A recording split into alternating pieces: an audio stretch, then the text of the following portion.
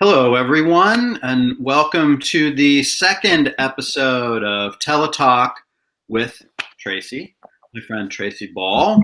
So just want to, there you go, drinking his morning coffee.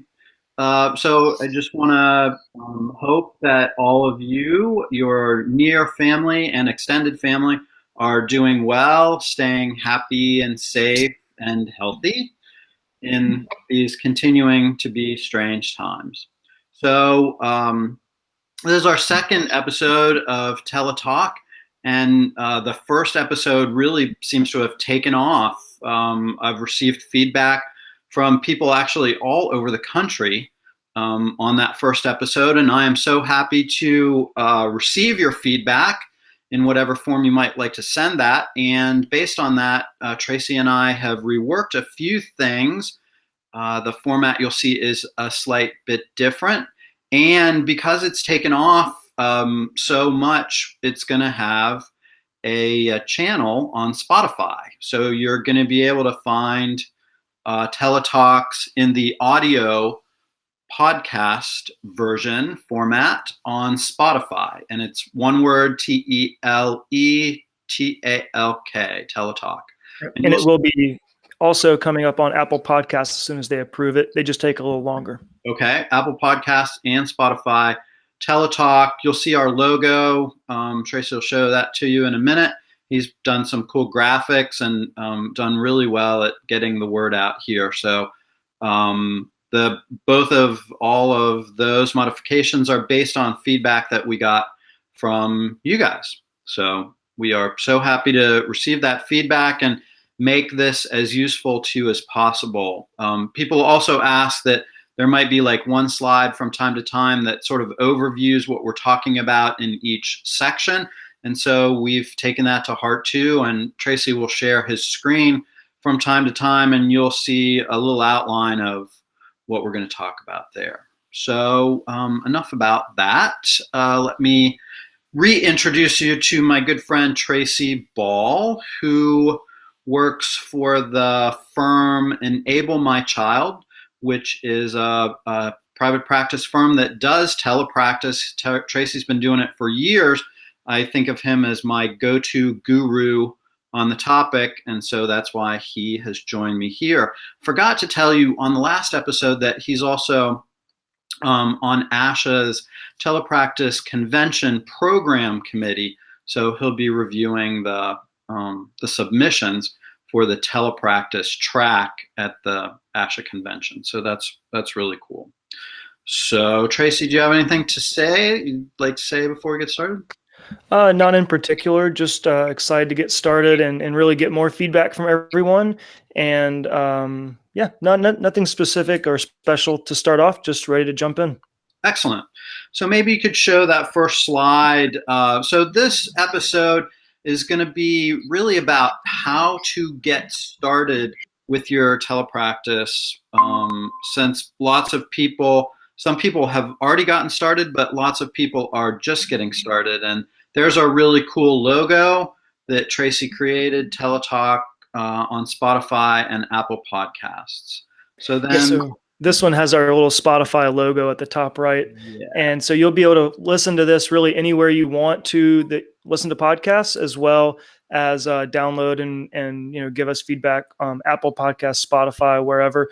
We'll put some links up on Perry's website and make it easy for you guys to access. If you don't want to sit in front of a computer or a screen, you can just put it on your headphones like I like to do and walk around and kind of take care of your business and get a little information and maybe find some ways to engage that way. So I'll try to get Perry all the links so everybody can access it however they want.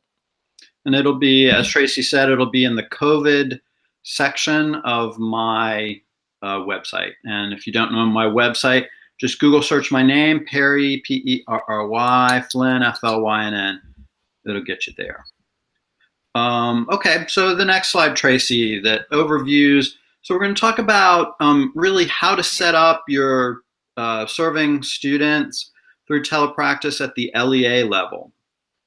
And the first thing that you're going to need to consider is the platform on which you are going to provide these services. And we talked to you a little bit the last time about that, at least in speech-language pathology, our Board of Examiners has released some of the constraints about HIPAA compliance, but we want you to surely choose something that you and your LEA feel like are safe and as confidential as possible to preserve the confidentiality of the privateness of the services that you're providing. Sometimes we leave out the regular education department, but your LEA likely has a regular education technology department, and they will know all about what the platforms that you have available are, and you may be paying, your LEA may be paying for a HIPAA compliant platform, and so take advantage of that, use it. All this to say again, especially at the LEA level, that your directors of exceptional children are your go-to people. The leadership in your LEA, we don't want you to act as lone rangers and be doing all this and determining these kinds of things yourself. It is for you and your director to work out together, or your directors of exceptional children. The leadership in the exceptional children's department may have made all of these decisions already, and if you haven't received that communication, you might reach out to them as you're starting to set up your telepractice. So the technology hardware, and Tracy might be able to talk to you a little bit more about the technology hardware, but you'll need some of that, obviously, to get going with your telepractice. So, Tracy? Yeah, definitely. I want to back up a minute and touch on what Perry had discussed regarding the first two bullet points of platform and the regular ed technology department, and expand on that, because focusing on process and integration and implementation of the process of really taking technology and embedding that into like a legacy program where you've kind of always done this similar, fashion over the last, 10, 20 years. What's really important is if you could touch on all the stakeholders, whether that be, teachers, administrators, regular ed, special ed, all the, the teams, and figure out exactly what is the process now and map how technology may or may not change that process. If you can do that successfully and the team that you're working with understands that successfully, it's a very simple process. It's not simple. It sounds simple, but it's harder once you get the team involved. But what happens is you actually learn how to, in some ways, improve the process, because technology is usually pretty good at trying to at making certain things easier. Now, some people find it difficult to use technology, but a lot of times technology is good at changing and improving a process. And so there may be ways to automate. There may be very simple mechanisms by which everybody can use technology to improve a process. And when you're doing it from that programmatic level, then it's going to trickle down into other programs. And so I would try to, I'd recommend trying to do that at your level with your direct teams, and then seeing how other teams are interacting, and you may be able to share what you've learned and expand on that throughout your school or your district accordingly. An excellent point, Tracy. That those regular education technology people have that knowledge. Like, that's what they're there for, is to know that knowledge, how those systems, what systems are in place, and how those systems can really work for you.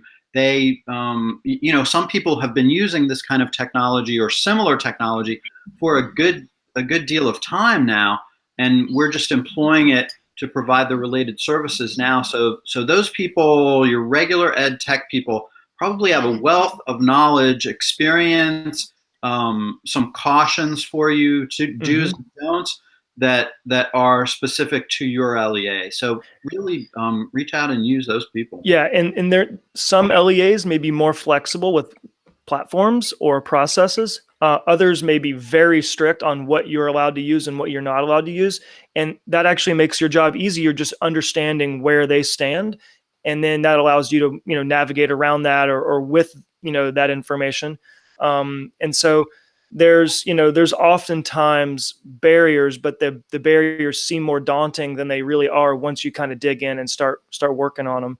And there may be other people in your organization or that you work with who may have overcome these barriers already. So I really like to try and use this as an opportunity to expand and improve our process. And I know we've talked about that on the first session as well, on the first episode. But that's kind of in general how I view things.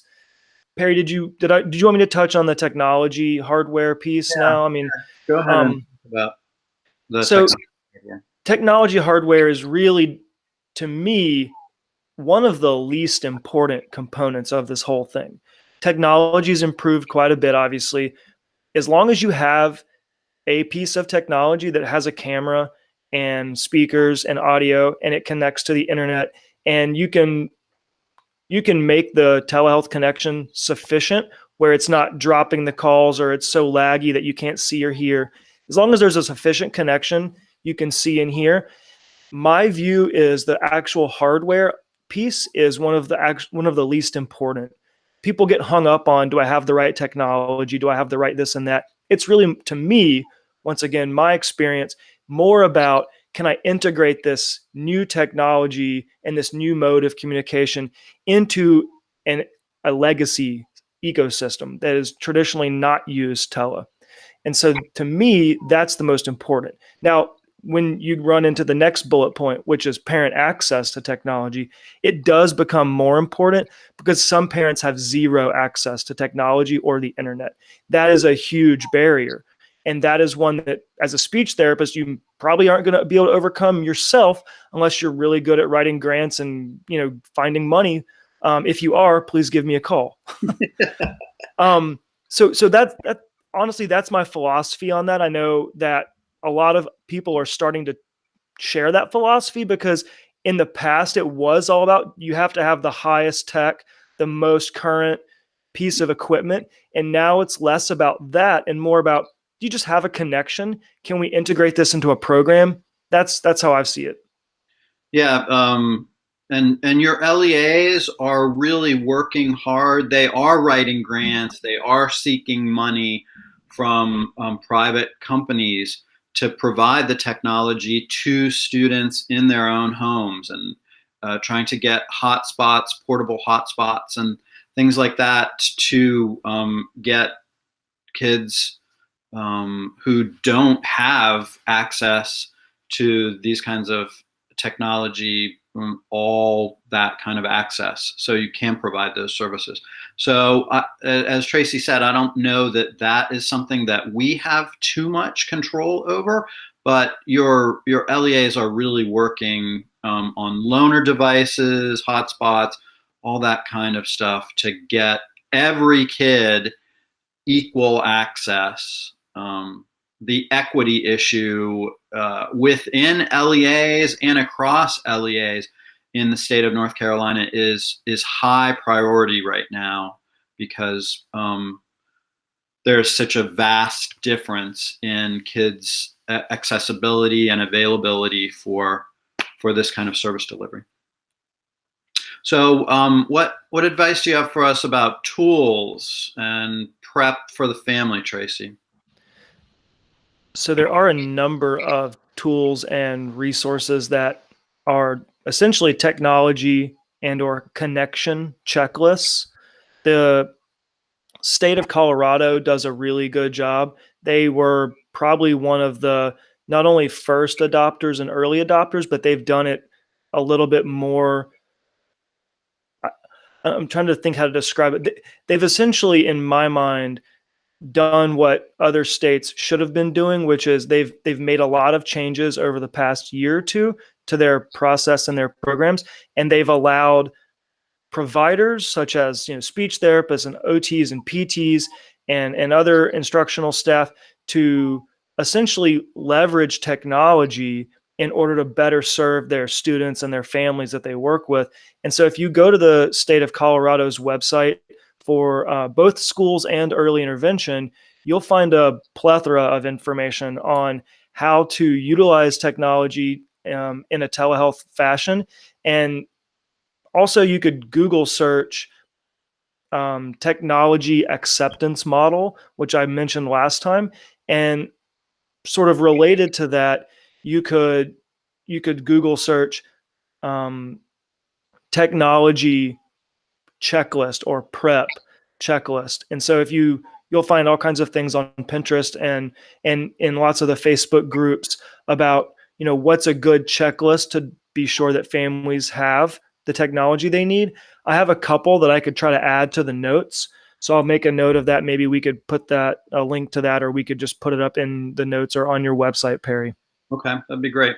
Sort of a telesession pre-checklist. Yeah, that'd be really nice. So we're going to talk a lot about the family because, as I told you in the first episode, I'm doing telepractice for the first time myself in serving a classroom of students with intellectual disabilities that would be coming to the equestrian therapy program if we were in our usual times. But we have figured out a way to serve them as a class. And every time I provide a session with my graduate students, in this I learn more about how incredibly important the family is, the sort of telepractice facilitators, which are the moms or siblings in the home. So we're going to talk increasingly more about how to prepare the family, how to better include the family. I think it provides us a tremendous opportunity in this time where we, in the schools, for school-age kids, haven't typically had a lot of contact with families. And now we're going into their homes, every time you serve a child, student. So I think providing them with the resources and tools is a really useful. So Tracy, a checklist for families to be prepared for our telesessions would be super helpful. Yeah. Yes. And there's also a early intervention website that has some pretty good resources. It's actually based in North Carolina, called FIPP, F-I-P-P, FIPP.org. And they have some great resources on all things early intervention, but they also use a pretty healthy amount of information just geared to family engagement and helping people understand how to utilize telehealth in a natural environment. So worth a shot there for everybody, especially since we're all delivering services in the home right now. Yeah, great. So we've already sort of talked about what your LEA is doing for people that don't have network access.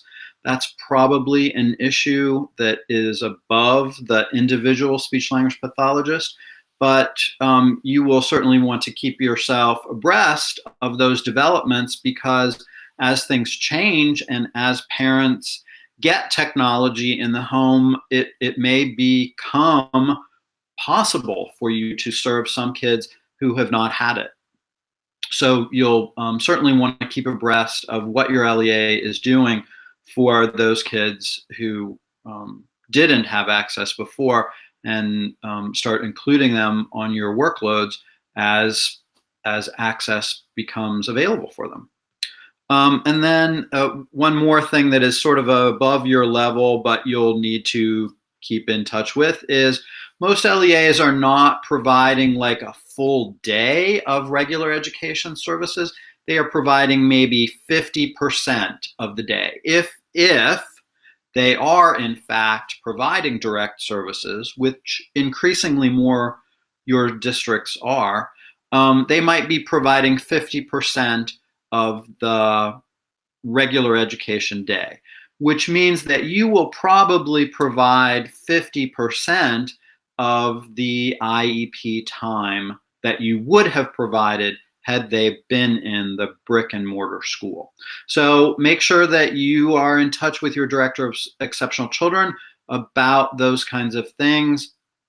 How much time, how much IEP time is really appropriate to to serve students in this time when they are not receiving probably the full day of regular education. So Tracy, I think we're ready to move on to the next slide to talk about the school level consideration. Okay. I'm sure you're going to get a lot of questions on that last topic, Perry. Yeah. Just really I can't tell you how much service you will provide in the proportionate share to what your district is providing in regular education. That is a district level decision, and the powers that be will have to help determine that. But it should be proportionate to what regular education is providing. Do you think there's going to be formal guidance on that rolls out at some point? Yeah, so we in all the guidance that is on my website, the Q&A documents in the COVID section of my website provides that kind of guidance that I have just talked to you about. It is not from the State Department to determine how much regular education school districts are going to provide. It is up to, in a site-based management state like we are, it is up to the district to determine both those things: how much regular education is being provided and how much special education is being provided. So, so that guidance, exactly what I just said, in much more policy and monitoring appropriate terms, is on that written guidance on my website. I think that would be a really interesting topic to get people's feedback on, to see exactly, maybe they could do it anonymously if they don't want to be, putting themselves out there or their districts. But it would be interesting to know how different districts are responding to this, and how the special education and regular education programs are able to coordinate, or not, or lack of coordination is okay too, because this is a unprecedented time. I think it would be very interesting to get feedback from our listeners on that. So just something maybe I'll jot down to think about. And so one more thing, some school districts up until this point have chosen to do no direct instruction in regular education, but rather provide like work packets and stuff like that. So it is appropriate that special education be doing the same thing. Some school districts are not providing direct instruction through telepractice, and most of what you and I are talking about is pertinent to direct instruction. But the last slide or two of today's TeleTalk is going to be about, if you are not providing direct instruction, what are you going to do if you're just providing packets or consultative kind of services to parents? Okay. Okay. I'll move this along. I'll stop asking you questions. No, that's all right. It's great. School level. Your questions are probably the same as everybody else's questions. Yeah. So at the school level here, this has just occurred to me in the services that we've been providing to that high school class. I think IEPs are functioning more like IFSPs these days. That we are much more including families and some direct instruction to families about how to work with and how to facilitate communication for their children at home. And again, I think that provides like an amazing opportunity for us that we don't typically have when we are providing services in the brick and mortar school.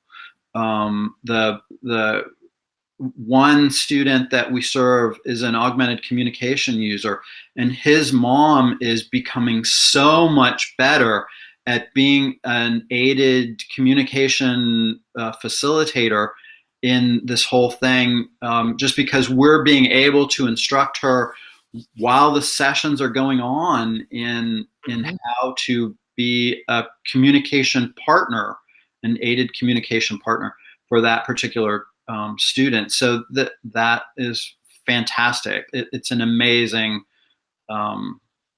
golden opportunity that we are really trying to seize. So, and if if people haven't been connecting with teachers before in the schools, the brick and mortar schools, this provides, I think, also a great opportunity to sit at home and send a teacher an email about the themes that they might be providing direct instruction on, and using that kind of curriculum and those themes in the therapy services that you're providing. And you may not be able to tailor the theme that is going on in regular education to every child that you're seeing, but if the third graders are studying uh, geography, you could make a geography lesson that would work for third graders and second graders and kindergartners and the whole thing. And maybe this week you're going to operate on sort of the third grade curriculum, and maybe next week you'll operate on the kindergarten curriculum, and talk about sanitation kinds of things that kindergartners talk about, like washing hands and all really appropriate kinds of things right now. So it provides a great opportunity to really connect with teachers, if you have not done that, about what is going on in their class and what kinds of things they have sent home in the work packets or the homework kinds of things that you can just play off of, and they may grant you access to those cloud-based drives, Google Drives, so you can see that. I think this is a golden opportunity. So I was trying to wait patiently. I'm sorry for cutting you off. No, go ahead. And I also turned the camera back on because I felt like those 2 bullet points we were talking, I feel like we could make an entire episode just about this, these 2 bullet points. Absolutely. To me, this is one of the most important aspects of this whole COVID-19 crisis, with, following the theme again. How do you take an opportunity that's been presented to us to go digital overnight and maybe move our programs 3, 4, 5 years ahead of where they would have been had this not happened? Because now we have this golden opportunity. How do we, in a succinct manner, communicate with all the stakeholders, parents, students, educators, therapists, district? How do we get everybody in the same room, whether that's digital or real? And how do we communicate in a way that provides the student with the most the best possible outcome, right? My feeling is that in a lot of areas, this whole crisis, while it is painful and extremely sad to see, there are some positive aspects we can pull from it. And this is going to be one of them, is that at the school level, there are going to be innovations that occur on the ground in the trenches that are going to improve student outcomes tremendously. And one of those is going to be this bridge you're talking about between school and home. It's very easy to separate them, but right now it's impossible, right? And so eventually there'll be some sort of mixture of this, but I think going forward, schools are going to be able to engage families at a higher level with higher quality engagement. And this combination of an IEP/IFSP, that whole concept is music to my ears. I love the concept of both of these. I love the concept of combining them even more. So I've always thought parent feedback, parent comment, parent engagement within the IFSP process is so critical to why it's so successful. And I always there's a totally different feel when you're in an IEP meeting than there is when you're in an IFSP meeting. Yeah, and so I think finding a way to make that less about us and them, or school and parent, and more about student is going to be paramount to the success of education in the future, because there's no doubt this is going to change how we interact. Giving a student an assignment and standing over them and waiting for them to do it is not an option right now for a teacher or a therapist, unless you're doing a direct face-to-face teleintervention.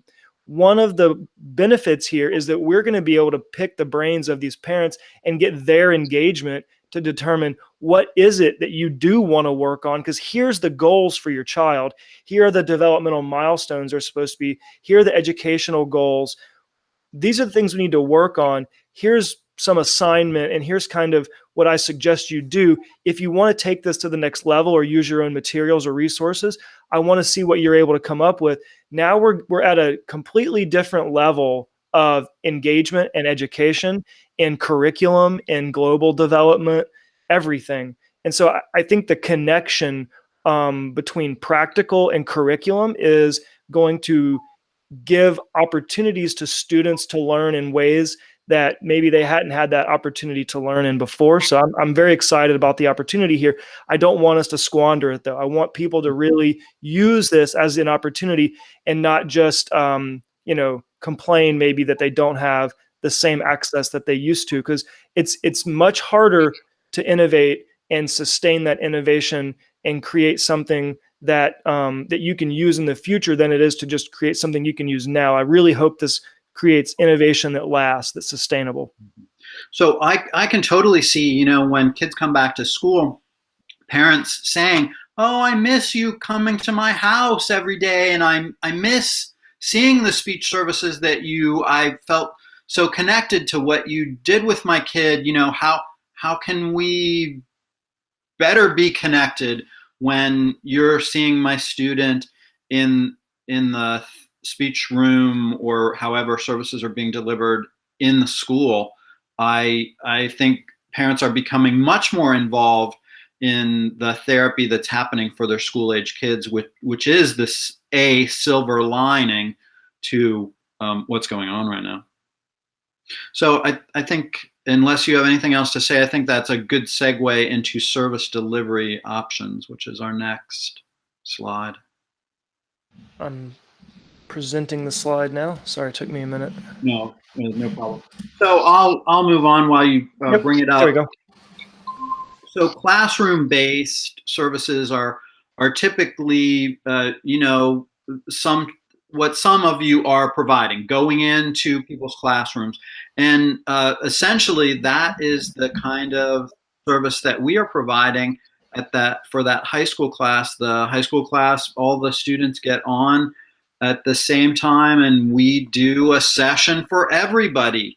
And so it is possible to do. I think the majority of you are doing the individual sessions, probably some of you small group, and the smallest portion, that classroom-based service delivery. But, it may be easier, maybe logistically less complicated to provide those services in a classroom. So it's working really well for me and my graduate students. If it's something that is an option for you, I would investigate it.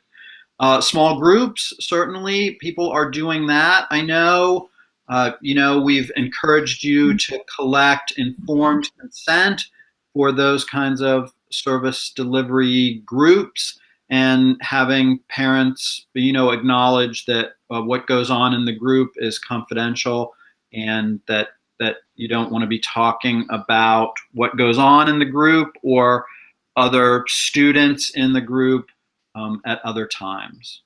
And then certainly individual sessions are really nice to provide, one-on-one through telepractice, including the parent, and there are lots of opportunities there to provide some direct instruction to the parents about how to facilitate language. I think certainly in small groups there are too, maybe a bit less in a classroom environment when there are so many students available that you're instructing at one time. But you could do a little bit at the beginning or the end of that session that is directed at parents on how to continue to facilitate those goals throughout the week. And I think parents are, as we said in the last episode, really starving for anything that you can help them do that's going to occupy the time of kids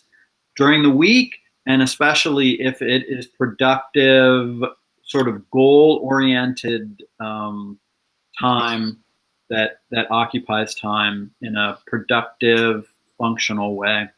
Mm-hmm, mm-hmm. So I have a couple of thoughts on this. My first thought traces back to the conversation we had in episode 1 around some tips in individual sessions and planning, things of that nature. When you're operating in a classroom or a small group session, you still have to plan with those stakeholders, parents, teachers, educators, staff. The objective may be different in a classroom-based session than it may be in an individual session, but you do want to make sure that the people in that classroom or the small group understand what you're doing, why you're doing it, and what the follow-up is next. Because say you're in a classroom-based session and you speak to that teacher, and the whole reason you're there is because the teacher wants your feedback on how to help navigate the situation with a student who may be disruptive or off topic or having trouble focusing or participating, and you know that this is your student and you're able to provide strategies. So understanding that that teacher is going to want to follow up and trying to make it as structured as possible with a form, or however you as a, as the educator and the professional are working together. Really important to make sure that there's a way for you all to sort of disseminate this information that you've learned in this session to the other people that need that information. So it may be other teachers. It may be that first you've got to figure out what your structure is between you and the teacher, or you and the, and understanding how that's going to be used in the next session. And are we going to track this? Are we going to monitor this? Is this something that the parents know about? So you're going to be able to ask the parent to do the same strategy, not in the classroom, whenever they're doing, cooking food, getting ready to go to the store, or maybe not go to the store at this point, but going somewhere if they can. Bedtime routine. Right, right. The idea, in my opinion, is that the more focused you can make the upfront work, the more strategic you can be after the objectives and after the observation, because that's going to be immensely valuable to that teacher and that student, which then in turn will create a positive feedback loop. So everybody then will want that interaction and will work harder to maintain it, which is what we all want, to figure out how to raise the potential of the student and the environment so that everybody's meeting their potential. So in my opinion, I really, really want people to try to front load some of this work and plan and program and be a little bit more structured. Now, obviously, don't drive people crazy. I've been known to try too hard to front load, and sometimes I get pushback from teachers or staff. And so we do have to learn what way do they need the information, and I may have to do a little bit of work on my end to accommodate that. So that's totally fine, especially if you're a related service and you're serving the primary. Just a few food for thought items there. Love to hear feedback on that. So some of you know that I've really spent a career being a proponent of collaboration between teachers and speech language pathologists, and about serving kids in the least restrictive environment, providing services in classrooms. So this, this is an opportune time, if you haven't taken the leap into that kind of service delivery, to do it. And I did forget to mention on that slide the work of Marilyn Friend. She's a special educator. She is not a speech language pathologist, but she's done lots of work on the models of how special education can collaborate with regular education. And some of those models lend themselves really well to telepractice. Some of them don't. Like the centers approach would be really difficult to do in a classroom with telepractice. It could happen. I am thinking right now about how it could happen, a centers approach, but it would be really difficult. But anyway, if you want to check out service delivery models of collaboration, Maryland friend, and there are actually that work is on my website too. So So Perry, the center's approach, real quick, that revolves around having groups of students travel around to centers yes, that have been pre-set up right, okay. One really cool strategy there is to create a center at home yes, or multiple centers at home and have the parent video that and send to you if they want, sure, or you could essentially have a small group set up centers that are similar, reading, maybe like craft or art, something movement wise like yoga that Perry mentioned before. There may be ways to, for as a facilitator of that service, a therapist, I may be actually able to facilitate multiple groups at one time going through centers, and as they have questions I could answer them. As a facilitator, I could have 2 or 3 different children in separate locations doing their own groups, and I could essentially interact with all of them. yeah. And One of Yeah. I know that some of the platforms have the availability to, like, for kids to enter different rooms, sort of during an online session. So I can see where the speech pathologist would be in the speech room, and you could say, Susie, Joey, Jacob, and Juan, go, click into the speech room now. I don't know how to do that technology myself, but I know it exists. Yeah, I was even thinking more functional than that, not even that high tech. Whereas you just have multiple people on this, video call, Right. and you've already worked with the family to set up their centers, Yeah. and you are essentially coaching the family or the parent to successfully help that child navigate these centers, right? And then that would be a skill they could take and do other times of the day, other days that when you're not around, which is very valuable to that parent. Sure. Let's everybody go to the kitchen right now, and Yeah. here let me instruct you in how to facilitate language in the kitchen. There are so many sequence activities, and yeah, I get that. That could be a very centers-based approach in the home. Yeah, a great idea. So maybe we should move on to scheduling and collaboration. Okay, let me And bring again, that up. we've talked about this a good deal. I won't spend a lot of time on this slide, but scheduling, I know, is a challenge for many of you, trying to see your whole workloads, and also, for like 5 hours a day sitting in front of a computer like this. I've certainly heard that is challenging for you, just session after session after session in front of a computer with little time to get up and move around and interact with people. But so we hope that you are going to collaborate with all these people. We've really talked a good deal about this slide. Parents right at the top of that list. Parents are going to be such important collaborators for you right now. And as I said in the first session, they are going to make or break your sessions as facilitators with students at home. So teachers can really help you out with curriculum. Be in touch with them if they're available to you. The other related service providers, if OT or PT are being provided through telepractice, they are some of our best friends and collaborators in the brick and mortar schools. So don't leave them out of the picture here. Be in touch with them if you can about things that you see students doing or not doing in the home. And a tremendous opportunity to collaborate. That first slide, we talked to you about really catching up with your regular education technology people.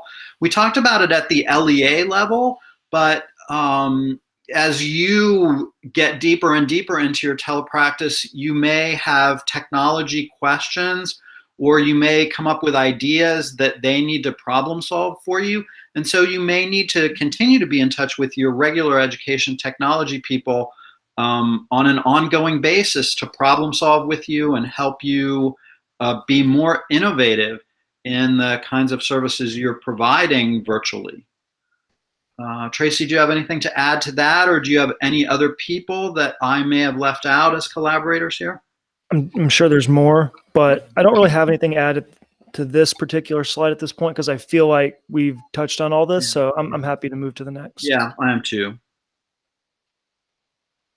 So parent training, if there's any theme that has been continuously recurring for us in these talks, it is parent involvement. And so again, I think parents are really interested in doing right by their kids during this time at home. And so I think many of them will be very receptive, perhaps more receptive than they've ever been, to you providing some direct instruction for them in how to work with their kids. So, and I told you in the first session, I think that is something I wish I had done differently before my first session with that classroom, is to provide a private parent training session on what to look for, what the expectations will be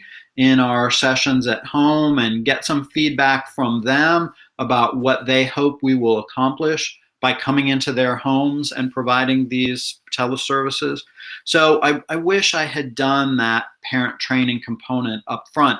We are continuing to do it on a daily basis with all the sessions that we provide, but all these things, their expectations, how to use the technology, what the session's going to look like, a sort of outline that is going to come up in a slide in a minute or two, how to be really potent facilitators of communication, and how to be aided communication partners, either parents and or siblings. Most of the kids that we are seeing have siblings in the home, and they too could be in on those direct instruction sessions, how to be facilitators of their siblings' communication throughout the week. Tracy? I think you touched on most of that. And I know I've talked about this at length already, so I don't think I need to belabor it, but I think, just allowing people to understand what the purpose is and how this is going to work, and really not taking anything for granted. Yeah, great. So we could move on to the session structure now. So, you guys probably have an outline of how your sessions will go. This is what I have really encouraged my graduate students to follow as a session outline for these teletherapy sessions. We've had the students all greet each other, not just us, but say hello to their friends in the classroom. That's gone really well. A little catch up or progress monitoring. We've asked the parents so far to take a video of their student doing some activity during the week, and then be prepared to tell about that to their friends. And that has worked really well. The kids are loving seeing themselves on the screen and telling their friends about what the way that we've accomplished that is the parents have taken a video like on their iPhones and sent it to us, and we've uploaded it in a Google Drive, and then one of the graduate students just accesses that Google Drive and plays that video for everybody to see. And we don't tell them what order it's going to come in, so it's a kind of fun surprise, and then they get to tell about it, and it's been really fun. A statement about the theme of the sessions. All of our sessions are theme-based and dictated by the teacher of the classroom. We follow absolutely the curriculum in that. And so we tell about that and try to relate it back to something that the teacher has provided direct instruction on. We remind everybody, including the parents, about the goals of the session and the goals of each activity. So on a very meta cognitive level, even those kids with intellectual disabilities know about what the theme is and what the goal expectations are.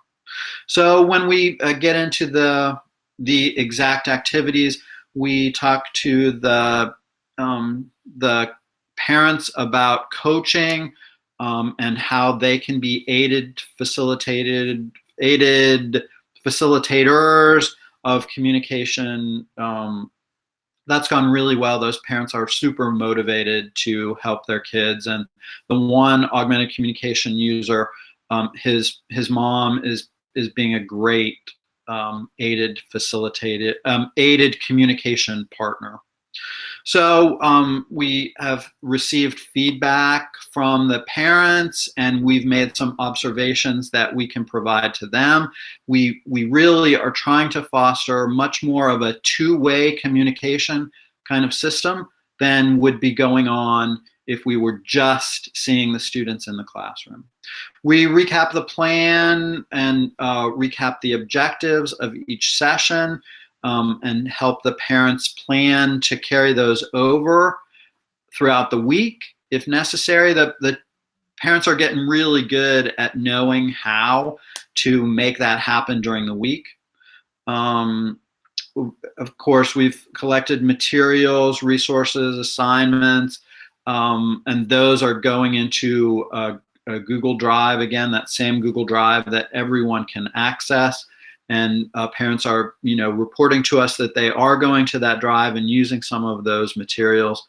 And you may be periodically available to parents. Parents have not taken advantage of that with us throughout the week, the parents that we're seeing. But some of you might be available for periodic or asynchronous progress monitoring with the parents that you're talking with, or providing some feedback, or being on call as consultants to them. I do not give out my personal phone number to people to text me, but there are ways. My professional email address I would be happy to give to people. I think most parents, Tracy and I talked about this, most parents are just really appropriate communicators with you throughout the week, and they might ask a question about how to facilitate communication in particular environments, but have not been excessive communicators. Mm-hmm. Tracy, what other ideas do you have here? Well, I think just to kind of go backwards from where you ended, Google Classroom does a good job of helping people navigate the assignments and communication and materials and resources, all those types of things. So if your LEA uses Google Classroom or Google as an email client, then you may have some tools at your disposal there. It can be a little tricky to learn how to use it first.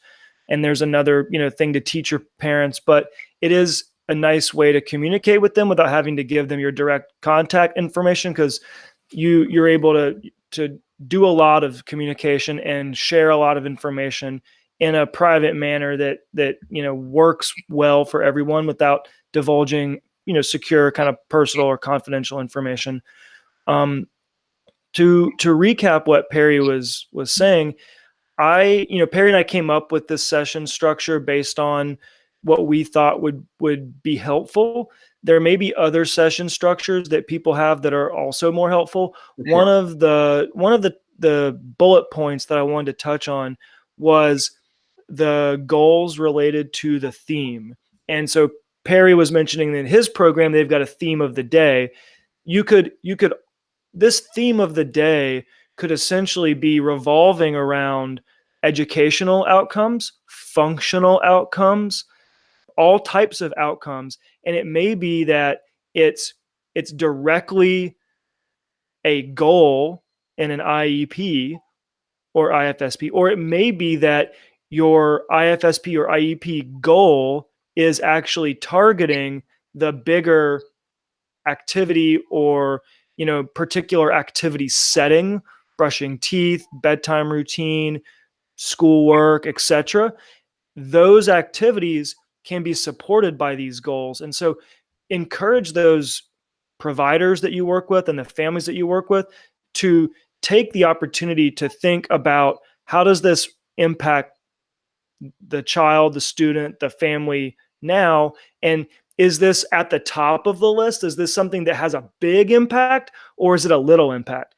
I personally like to target big impact activities that trickle down into other activities.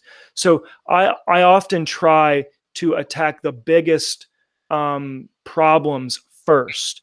That's just the way my brain works. That doesn't mean everybody has to do that, but I like to go for, what's the big picture, and I start there and I work my way down. So that's just a little bit of a nugget there, maybe a tip for some people. If you can try to find ways to have big impacts, you may see more progress with this. Yeah, great point. And being at home really suggests really functional things. We may be, parents may be prioritizing for you much more functional communication kinds of activities that they are wanting direct instruction on at home, or wanting some collaborative feedback on, so that they can facilitate in the home. So, there may be some shifts going on from academic to functional. Anyway, it's all some great points. So we're on the leave behinds here. We've said, parents are living with those kids 24/7 these days, and they would so appreciate you leaving some stuff behind for them, or giving them some ideas of assignments that can be done when you are not present in their homes. So we've talked several times about a cloud-based sort of Google Drive where you can dump assignments for them to access, sending materials through email, being on call on a limited and reasonable basis as consultants to parents about how to build communication-rich environments in the home all day long, all week long. Checking in occasionally on students if you are not providing direct instruction.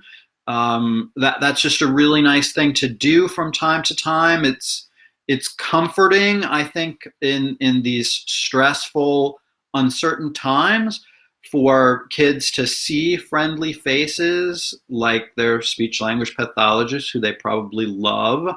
It may be comforting for you to check in on those kids too, and see how they're doing and talk about some familiar things. Generally collaborating with parents, we've talked that to death here.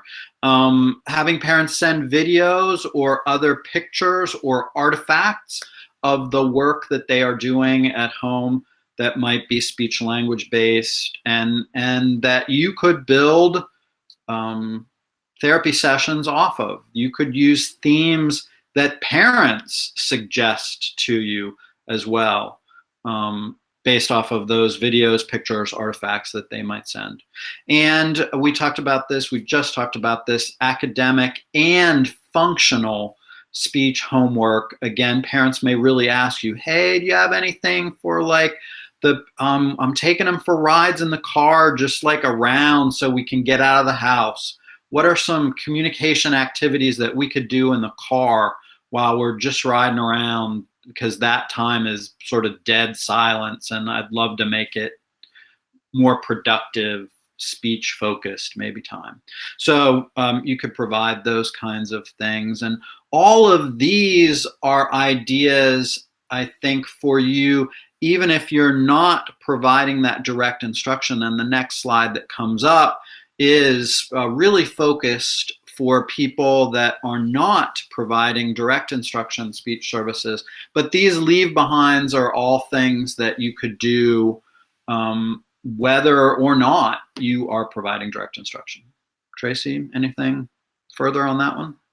I have so many thoughts on how to create leave behinds, how to create opportunities for parents to engage, whether that's creating a social media channel to a Pinterest page to using Google Classroom. And basically you allow people to have access to that as they want. We all know parents can go from the spectrum of engagement, whereas some parents are literally trying to stay alive, right? They may have full-time jobs. They're trying to keep their kids alive. This is extremely unprecedented for everyone. Some people's jobs think they should just keep working full-time like nothing has changed, but that they have children at home that they are supposed to care for. So some parents may not have the capacity to literally do anything, and understanding and accepting that, that's the truth. Other parents have this huge white space, this massive runway where they've taken this and said, I want to be this full-time teacher. And they've gone, complete other end of the spectrum, and they are scheduling every minute of every day with some activity for this child. And little Johnny's just, got, all the possible activities he could get in a one-on-one format. And so you've got full spectrum there. I think one of the coolest opportunities here is for us to, be able to provide parents with an engagement that is best for them. And so structuring a social media page or a speech therapist page, if you have one in your curriculum or in your district, figuring out a way to allow people, and even if you just send the link out once a week, hey, I updated my page, here's the link, grab something that you see interesting.